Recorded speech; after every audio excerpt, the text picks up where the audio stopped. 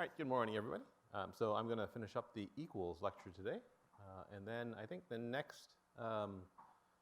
lecture is related to the equals method. So we're going to talk about something called hash code. All right, so just to quickly remind you what we're doing, we're implementing the equals method for our value type classes. Right? So remember, equals is the method that you use to test if two objects are equal. Right? For our purposes, when we say equal, we mean they have the same state or similar state. And I'll give you an example of what I mean by similar later in the lecture. So we have 4 requirements for equals. Right? So an instance is equal to itself. Right? So an object is always equal to itself, which makes sense. And in fact, that's actually one of the parts of the equals. That's one of the contracts of the equals method. Right? So one of the post-conditions of the equals method is that it says it always returns true if you compare an object to itself.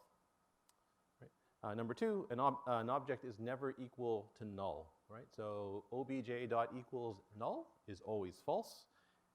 Furthermore, it never throws an exception. Right? So in other words, the method always returns false.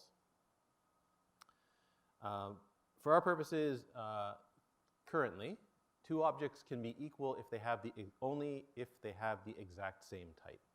Right? So you can have in our case, it's going to be a 0.2 object can be equal to another 0.2 object, but it can't be equal to an array, for example, where the array happens to have the same values as the coordinates of the point. And then finally, instances or objects with the same state are equal. Right? So in our example, 2 points are equal if they have the same coordinates or equal coordinates. Right? So when you implement equals, you have to make sure that all 4 of those requirements are satisfied.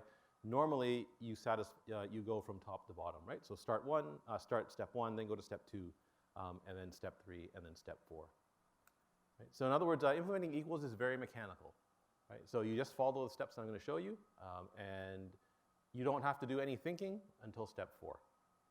Right? So an object is always equal to itself, which means x equals x should always be true. Similarly, x equals y should be true if x and y are references to the same object. Right? We know how to test if 2 things are references to the same object. You just use equals equals.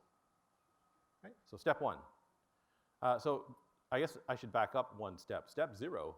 When you implement equals, it's always public Boolean equals big O object. Right? That argument there, or that parameter there, its type is always big O object. Right? The name is always equals little e. Right? It always returns a Boolean. It's always public. Right? If you put in the @override type, the @override tag, the Java compiler will check to make sure that you've got the method header correct. So we want to check are 2 objects. Is an object equal to itself?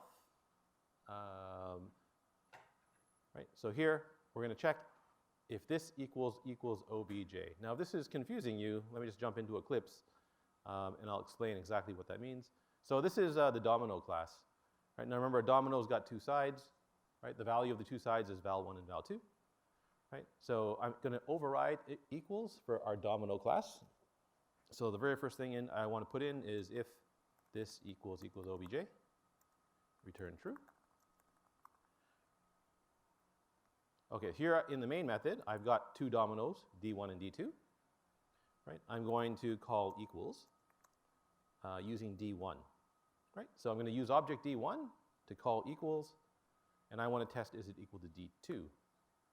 Right? Now remember, when you call equals with this line of code, right, inside the method equals, right, d1, right, the object that you use to call the method is this. Right? d2, right, that's the argument that you pass to the method, is obj. Right? So I want to test is d1 the same object as d2. Right? So if this equals obj. All right, step 2. Right? Remember, everything's mechanical, so you just write what I wrote down. Like this works for, what I wrote here works for every version of equals, right? Regardless of the class that you're implementing. Step 2. X equals null is always false, and you must never throw an exception. Right? And so we can easily test this condition as well. Right? So look at the value of obj. Right? So if obj is null, immediately return false. Right? Now, this part here, right, so the stuff in the gray box, this step must be here if you're implementing equals the way I'm showing you today. Right? If you don't put this line in, then what we're going to do next is going to cause an error if you try to call equals with null. Right? So let me go back to Eclipse, and let me try calling, oops. So here I'm just going to, at the end, I'm going to return false so that it'll actually compile. Right? So down here, I'm going to test is D1 equal to null. Right? Notice I don't have the test here inside the equals method. Oh, wait, sorry. This is going to be fine. Sorry, I can't actually show you what I meant to show you without this, without doing step 3. So let me do step 3 first. And we'll come back to this in just a second. Okay, step 3. Instances of the exact same type are allowed to be equal. Right? So I can take 2 dominoes and test if they're equals. I can't take a domino and string and test if they're equal. Right? So if you're looking at the notebooks, I don't remember now because I wrote the notebooks a few years ago. This slide says that it implements equals in a different way, but I don't know if I ever fixed that or if I ever changed that or not. So the way I'm going to show you right now uses this method called getClass. Right? So objects of the same type can be equal. So what that means is that I somehow need to check what is the type of obj. Right? Because if you go back to the method, right, the equals method gets an argument, obj. Right? The type of obj is big O object. Right? Inside the equals method, you know what this is. Right? This is just has the same type as the class that you're in. Right? So for the point2 class, we know that this, the class of point2 is, sorry, the class of this is point2. Right? But we don't know what the class of obj is. Right? All that we know inside the method is that it's a big O object. So we need some mechanism to get the type or to get the class of obj. Right? And that mechanism is this method called getClass. And so let's go take a look at getClass. So here's the object class, right? Big O object. So this is Java, the documentation for java.lang.object. If you scroll through its methods, you'll see there's equals, so that's good. There's getClass. So this is the method that we need to use. Notice that getClass returns an object or a reference to an object whose type is big C class. Ignore the question mark, right? You'll learn what the question mark means in like week 10 of the course.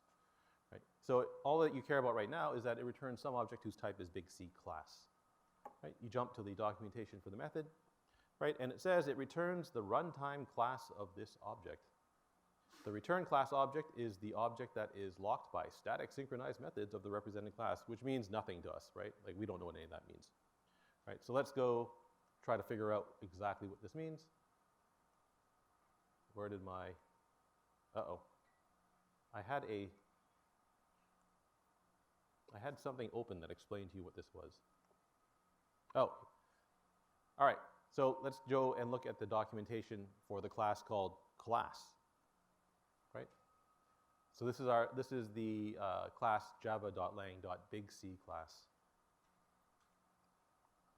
Okay, so it says here instances or objects of the little c class, big C class, represent classes and interfaces in a running Java application.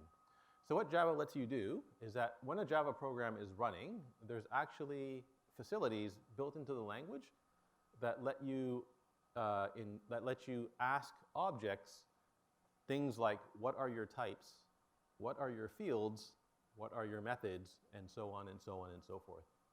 Right? So that facility is called reflection in Java. Right? So you can interrogate objects while they run for information about them. Right? So one of the things that you can do is you can ask an object, hey, what is your class? Right? And the way that it returns that information is it returns an object whose type is big C class, right? That describes or contains information about its type. There's something else here. I'm looking for the one thing. I guess it's not here. Okay. So the one other thing that you need to know about the getClass method, right? About this method right here, is that the object that it returns, right? The class object that it returns, there's exactly one class object for every type in your program.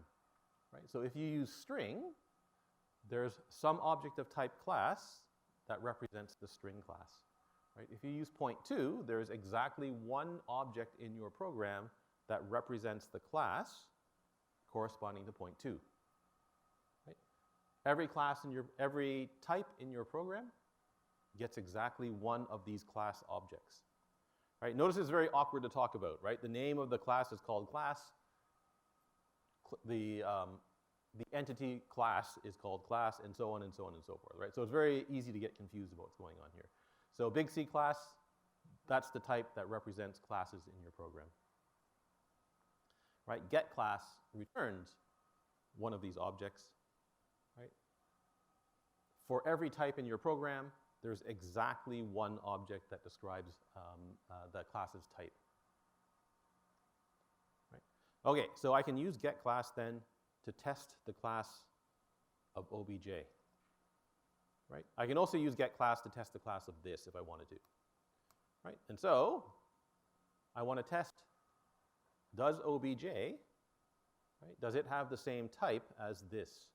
Right? And so what you write is if this get class is not equal to obj get class, right? So are the two types different?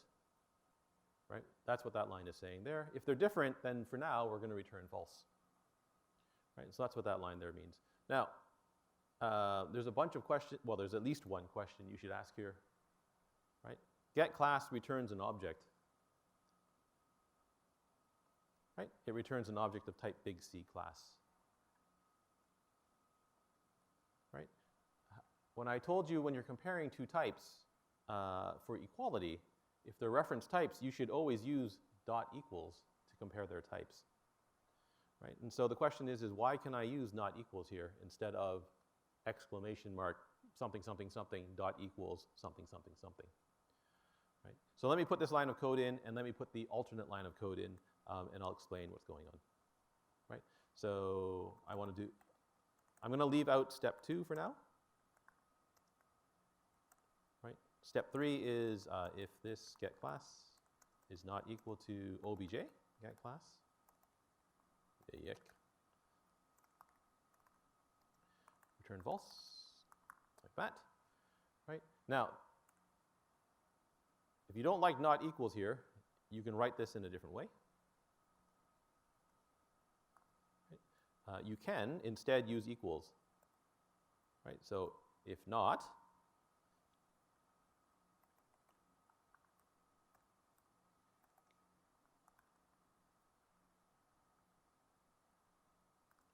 right? So if not, this get class dot equals obj get class return false.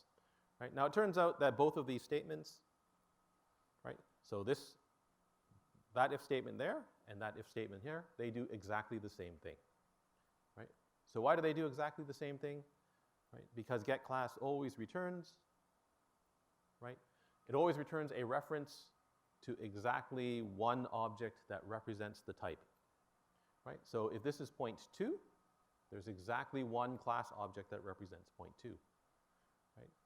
So if you're comparing two objects and there's only exactly one of those objects in your program, right, then you know that that thing is equal to another object if and only if they have the same memory address, right? Or if and only if they are references to the exact same object, right? So that's why you can use not equals here. Right? If you look at the equals method for the class type, you'll see that, is this class? No. So if we go to the class type and you look for its equals method, right, you're going to see that it's not here, right? There's something that begins with D, there's something that begins with F. If you keep scrolling, notice you can do a lot with the class type. If you keep scrolling, you'll see in this section here, methods inherited from Java Lang object, there's equals, right? And if you go to the documentation for object in equals, right, scroll past all of that, you'll see what equals does if you don't override it. Right? So if you don't replace the definition of equals, then what you get is that the method that for two values x and y, the method returns true if and only if x and y refer to the same object, right? That is, if x equals y is true. Right? And so the version of equals that you get for class, sorry, this class is very long, right? So for the equals that you get for class, it's exactly the same as equals, right? And so that's why you can use not equals in this example here. Someone had their hand up. Yeah.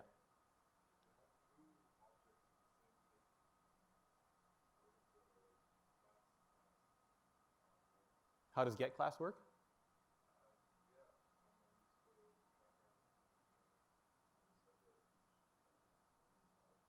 Yeah. So for every type for every reference type in your program, right? There's exactly one object that represents that class type or that interface type. Yeah. Yeah. Yeah. Yeah.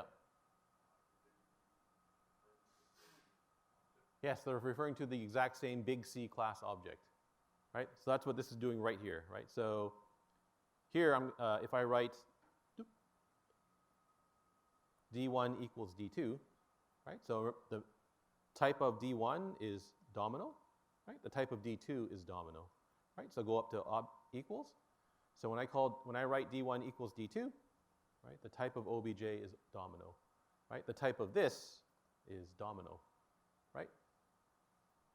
Down here, D1 up here is this, right? D2 up here is OBJ, right? So when I get to this line here, right? This is a domino object. OBJ is a domino object. Right? So when I use a domino object to call getClass, I get a class that represents big D domino, right? When I use OBJ to call getClass, I get an object that represents of type big C class that represents the class domino. It's the exact same object, right? Domino is the type, right? For every type, there's exactly one class object that represents that type.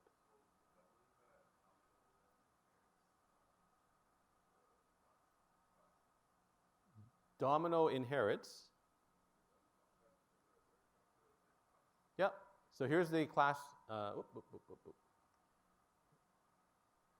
Okay, here's the class big O OBJ, right? Sorry, big O object, right? Every class in Java inherits from object. So our domino class gets its own getClass method, right? We're not going to override it. So I think you never override getClass. In fact, I think you're not allowed to. Yes, it's final, right? This is actually good that you asked this. So a final method is a method that you cannot override, right? So even if you implement your own class, there's no way that you can replace the getClass method, right? Because it's marked final in big O OBJ, big O object, sorry. Right? So you can't replace its definition anyway. Right? So whatever definition there is for getClass, that's the one that you're using. Right? So where did domino get this method from? Well, it got it from object, big O object. No, class inherits from object. Everything inherits from object, right? But your domino object, your domino class has this method getClass. It can return a class object. Yeah. Good. Any other questions? Okay. Right, so you can write it either way. You can write it this way or this way. They end up meaning the same thing anyway, right? Because getClass never overrides equals, right? And so if you call equals on getClass, on the object returned by getClass, it's the exact same as writing equals anyway, right? So if you use not equals here, that's exactly the same thing as writing not and then calling the equals method here, right? I've never seen anybody write it that way. So I've never seen any textbook or any online reference write it that way, right? So the normal way to write it is to write it this way, right? Which is confusing for someone learning the language, right? Because getClass is returning a reference type, right? You're normally told if you have reference types, use equals to compare them, right? But now that you hopefully have a little bit of understanding about exactly what equals does, right? You should have some inkling as to why you can use not equals here. All right, so what have we done? Okay, so let's try this out. So back here, I'm going to try to compare domino D1 to null, right? Notice I left out step 2 up here, right? So if I run this program, well, let's see what happens when we run the program. You're going to get a null pointer exception right there. Right? So it tells you cannot invoke get class because obj is, come here, oh, sorry. I'm trying to scroll, sorry, is null, right? And your exception is null pointer exception. Right, so trace through what happened here, right? I wrote D1 equals null. So in equals, this is D1, obj is null, right? So is this equals to null? The answer is no, right? No object is equal to null. That's what caused the null pointer exception right there, right? We passed in null for obj, so we're writing null.getClass, right? And you can't call a non-static method with null, right? That immediately causes a null pointer exception. So if you're going to use getClass, step 2 must be here, right? So that's the purpose of step 2. So if obj equals null, return false. Right? Now you never reach this line, right? And you never end up with a null pointer exception if obj is null. Right? So if you forget step 2 and you're using getClass, your equals method is incorrect. Right? It will fail when passed null as an argument.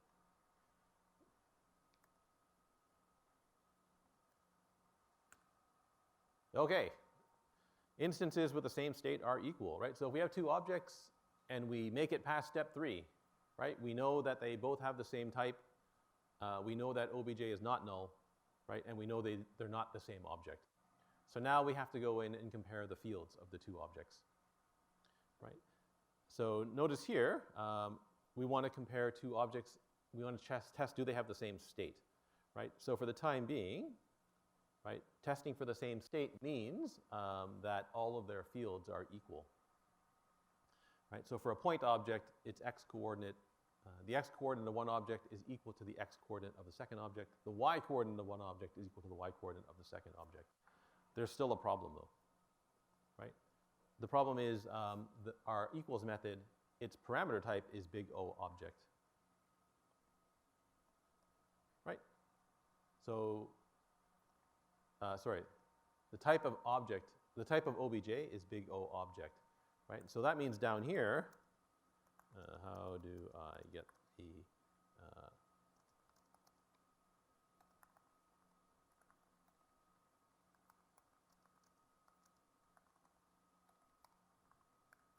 right? That's the problem I now run into, right? How do you get the x and y coordinates of a big O object, right? Problem number 1, a big O object doesn't have an x and a y coordinate, right? A point 2 object has an x and a y coordinate, right? So I now need to convince the compiler that, hey, obj is in fact a point 2 object, or in this case, a domino object, right? Oh, sorry, here, right?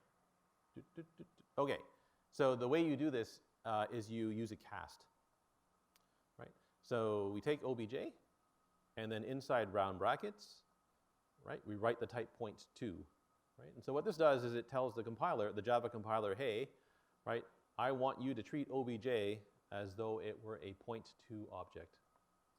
Right? This cast will succeed if the type of obj is in fact point 2, right? If it's not, that cast will fail and you'll get a cast class exception, right? But at this point, I know that obj is a point 2 object because I got past that if statement, right? That if statement tests, right, is the type of this the same as the type of obj, right? The type of this inside the method is point 2. So the type of obj must also be point 2, right? So I can legally tell the compiler obj is in fact a point 2 object, right? And I can store that in a point 2 variable called other, or whatever else you want to call it, right? I always use other here, right? So you need the cast here, right? The reason I need the cast is because I need to get to the x and y coordinates of OBJ. And I can't get to the x coordinates of OBJ until I convince the compiler that it is in fact a point 2 object. Right? Anybody have any questions about that or why that's needed? All right, so now that I've got the coordinates of the point 2 object, I can compare the x and y coordinates, sort of. Right? Okay, as soon as you get to this step, right? So as soon as you get past your cast here, right? I now want to test, is the x coordinate of this equal to the x coordinate of other? And is the y coordinate of this equal to the y coordinate of other? Right? Now remember, for point 2, x and y, their types are little d double. Right? So there's a complication when you use double or float. Right? So there's something called a recipe for checking equality of fields inside the equals method. Right? So you can memorize. I guess it's useful to remember what this slide is telling you. I'm going to show you in a little bit how you can use Eclipse to generate equals automatically for you. So equals will do this. Eclipse will do this for you. But I'm going to explain what's going on here. Okay, so if you have primitive fields, and I would like to know, are they equal inside the equals method? Right? Then you just go ahead and use equals equals. Right? As long as the types are not float or double. Right? So if I have two ints and I want to test are they equals, just use equals equals. Right? If you have two booleans, just use equals equals. If you have a float field or a double field, then you should take the field and pass it to one of the two methods here. Right? So float dot float to int bits, or double dot double to long bits. So what these methods do is the following. Right? So every value on your computer is just some binary value, right? It's just sequences of zeros or ones. A float value on your computer is 32 bits long. Okay? So it's made up of 32 zeros and ones. An int value on your Java computer also has 32 bits. Right? And so what float to int bits does is it takes your floating point number, looks at the bits in the floating point number, and returns back the corresponding int. Right? So looks at the bits of the floating point number, converts it, and just treats it as though it were an int value instead. Right? Now that doesn't mean it takes a float value and converts it to an int. Right? It's looking at the bits and reinterpreting the bits as though it were an int. Right? So that doesn't necessarily give you the same numeric value. Right? So what's important here, though, is that it gives you back some int value here. Double to long bits does the same thing, right? Except for double values, right? So a double on your computer, 64 bits. A long on your computer, 64 bits. Double to long bits takes the bits of your double number, reinterprets those bits as though they were a long int value, and gives you back the corresponding long int value, right? So those safely convert between float to int and double to long, but the converted value numerically is not necessarily the same. Right? Now that you have two integer values, right, either an int or either two ints or two doubles, now you can safely compare those using equals equals. Right? I'll explain exactly why you have to go through this in just a second. Right? If you have two arrays, right, as your fields, then you should consider using arrays.equals to compare the two arrays. Right? You could write a loop over the arrays, test if all the elements are the same. Right? But arrays.equals will do that for you. Finally, if your fields are reference type, then just use equals, the equals method itself, to compare whether or not those two fields are the same, right, or are equal. Okay, so why do I have to use this method here? Right? So why do we have to use these two methods here? So the problem is, in floating point, there are some funny numbers. Right? So there's a number called NaN, which is not a number. So not a number arises when you take 0 as a floating point value and try to divide it by 0, or minus 0 divided by 0, or minus 0 divided by minus 0. Right? You end up with something called not a number. Right? Now the way that the floating point standard is defined is that if you take not a number and compare it to anything else using equals equals, the answer is always false. Right? And so that means double.nan is not equal to double.nan. Right? That is the way that the IEEE 754 standard is defined. So the way the Java language works is it follows the standard. So nan is never equal to nan. Right? If you have a type that's got a double field and nan is a valid value for that field, then equals will fail if that field happens to be equal to nan and you use equals equals. Right? If you convert the nan value to an int or to a long, right, that always converts to the same int or long value. So then you can compare them safely with equals equals. There's a second complication. Right? So in the IEEE standard says that -0 is equal to 0. Right? Or 0 is equal to -0. Right? But if you convert, the bit pattern for -0 is actually different than the bit pattern for +0. Right? So if you call double to long bits on -0 and compare that to double to long bits of 0, that returns false. And this is the way that all of the standard library collections works. Right? So for set or list or maps, right, when you call equals on them internally, all of this stuff is happening here. Right? Is that true? Hang on. Yes, that's true. Right? So if you have a list of double, right, list of big D double, right, and it has one element in it, -0, and you have a second list of big D double and it has one element that's 0, if you compare those two lists for equality, you'll get back false. Right? And so in order to be consistent with the standard library, right, we want to make sure that we're consistent, we consistently do this as well. Right?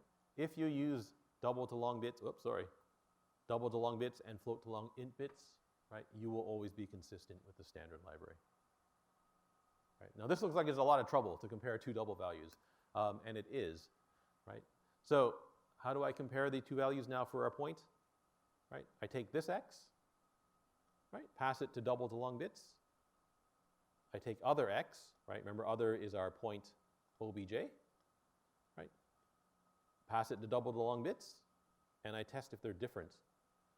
Right? If they're different, then the 2 points don't have the same coordinates, so I can return false. And now I do the exact same thing with y and other y. Right? If they're different, right, then the answer must be false. They have different coordinates.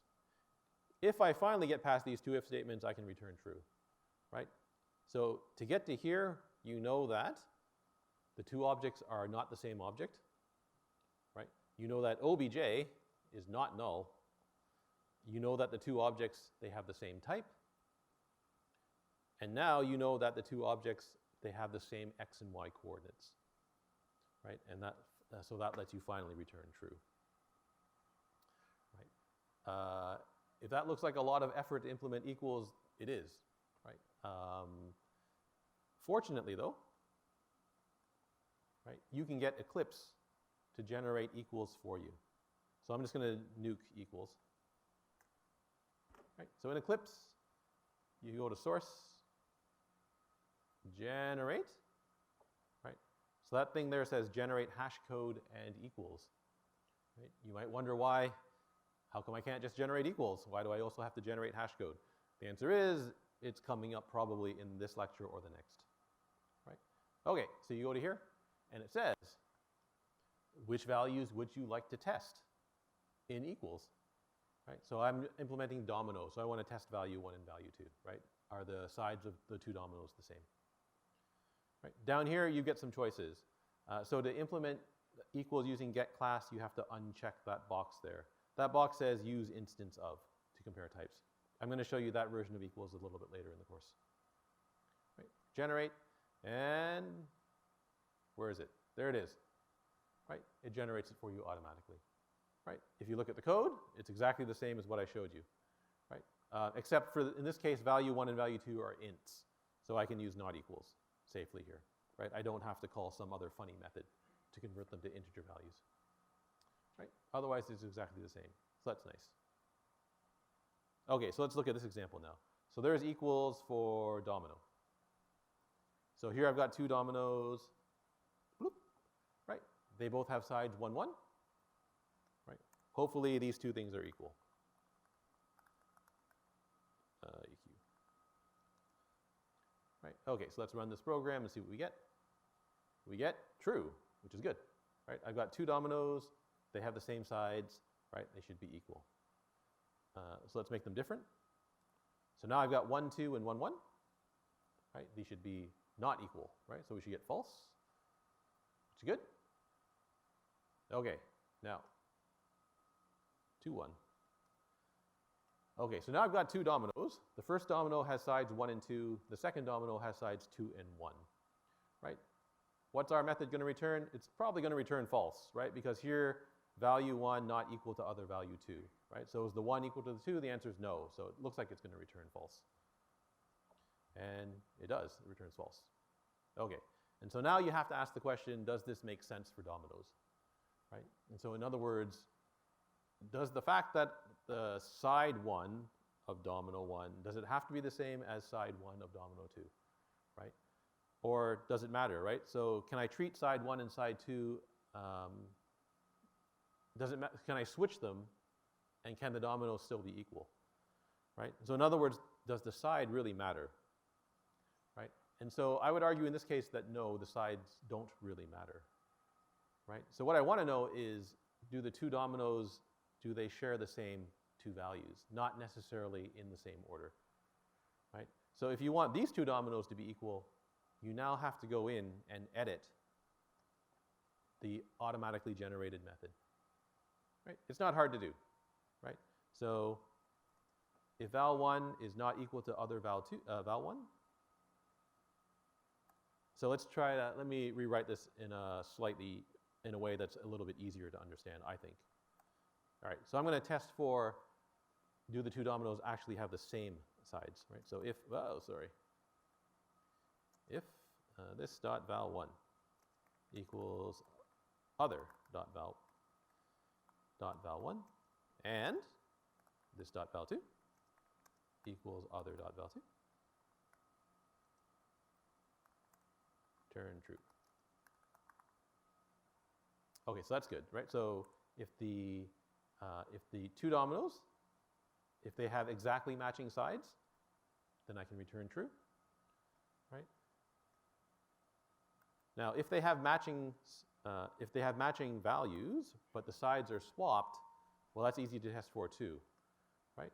So if this val1 equals other val2, right, and this val2 equals other val1, we can also return true, right? And finally, if I get to this step here, now I know the answer is false, right? And so now that version of equals returns true when I swap the sides of the domino, right? If I switch them back, it still returns true, right? Okay, so there's an example where you can't just blindly compare the fields of the objects, right? So in other words, I can't just test, is val1 equal to is this val1 equal to other val1, and is this val2 equal to other val2, right? So there are situations where testing for equality is not just a simple matter of comparing the fields directly comparing the fields for equality, right? You might have to do some extra work as well. The current assignment for the set class that you're implementing, you have to do a little bit of extra work, right? You can't just ask Eclipse to generate equals for you and have a correct method.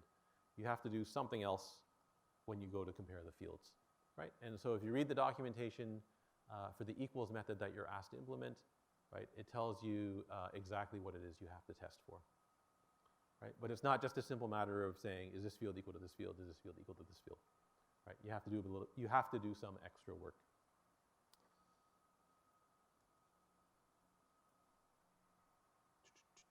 Okay, so there's for point 2. All right, anybody have any questions up to this point? Anybody? All right.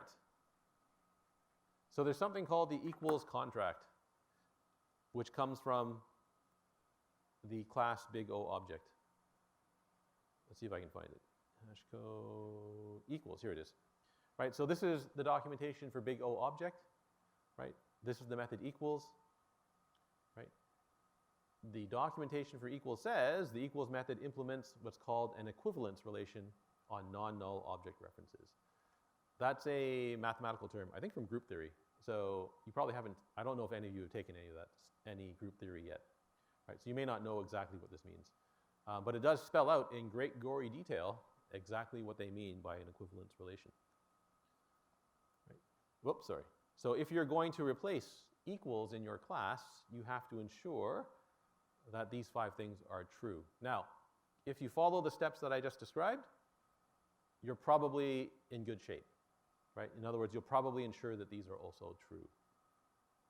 But let's just quickly go through these one at a time. Okay, so for reference types, right, where where the 2 objects that you're comparing, they're both non-null, right? You have to satisfy these 5 conditions here, right? So equals is said to be reflexive. All that means is that an object is equal to itself, right? So that's part 1 of our equals method. Right? So that's, you know what that means, right? So part 1 of our equals method just implies reflexivity. Symmetry. This is the one that gets you in trouble later on in the course. Right? 2 objects must agree on whether they are equal. Right? So in other words, x equals y is true if and only if y equals x is true. Right? Which kind of makes sense, right? You have 2 objects. If they're equal, then it shouldn't matter which order you compare them in, right? I can take x, compare it to y, or I can take y and compare it to x, right? You should always get the same answer. Transitivity. So now if you have 3 objects, then the 3 objects must agree on whether or not they're equal. Sorry, if you have 3 objects, 2 objects are equal, and the other 2 objects are also equal, then they must all agree that they're equal, right? So in other words, if x equals y is true, right, and y equals z is true, right, so x and y are equal, y and z are equal, then it must be the case that x and z are also equal, right? Consistency. So your equals method can't be random, right? And this gets you into trouble too, especially when you implement objects that have some element of randomness about it. Right? So for example, if you implement a class that represents a playing die, right?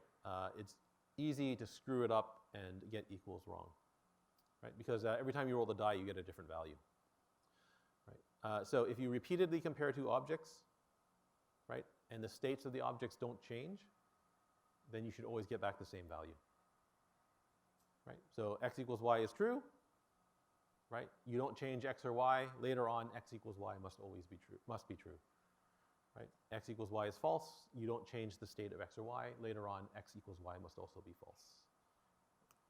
And finally, x equals null is always false and never throws an exception. Okay, so so if you follow the recipe that I just showed you, you will ensure, normally you ensure most of these points of the contract, right? You guarantee reflexivity, right? You guarantee consistency, and you guarantee non-nullity, right? These 2 here, depending on how you compare the fields in step 4, right, you might get into trouble with these 2 things here. Okay, the counter version of equals is easier than the 0.2 version of equals, right? So the counter version of equals, remember a counter just has 1 field in it, and that's the value of the counter, right? So if you override equals for a counter, right, it's all very mechanical again, right? Step 1, test is this equal to obj, right? Step 2, test if obj is null, right? Step 3, use get class, test if they're the same class, right? Step 4, cast, right? And then finally compare their fields, right? Now for counter, the field type is int, so you can just use equals equals to compare their values, right? So this is much easier to implement for counter, right? So that's 3 versions of equals that you've seen today. Okay, what time is it? 9:14. I guess this is a good place to stop. So rather than starting the hash code lecture, we'll just call it quits here for today, right? We'll do hash code in the next lecture. So everything that you need to know for the second quiz is covered, stops from today's lecture.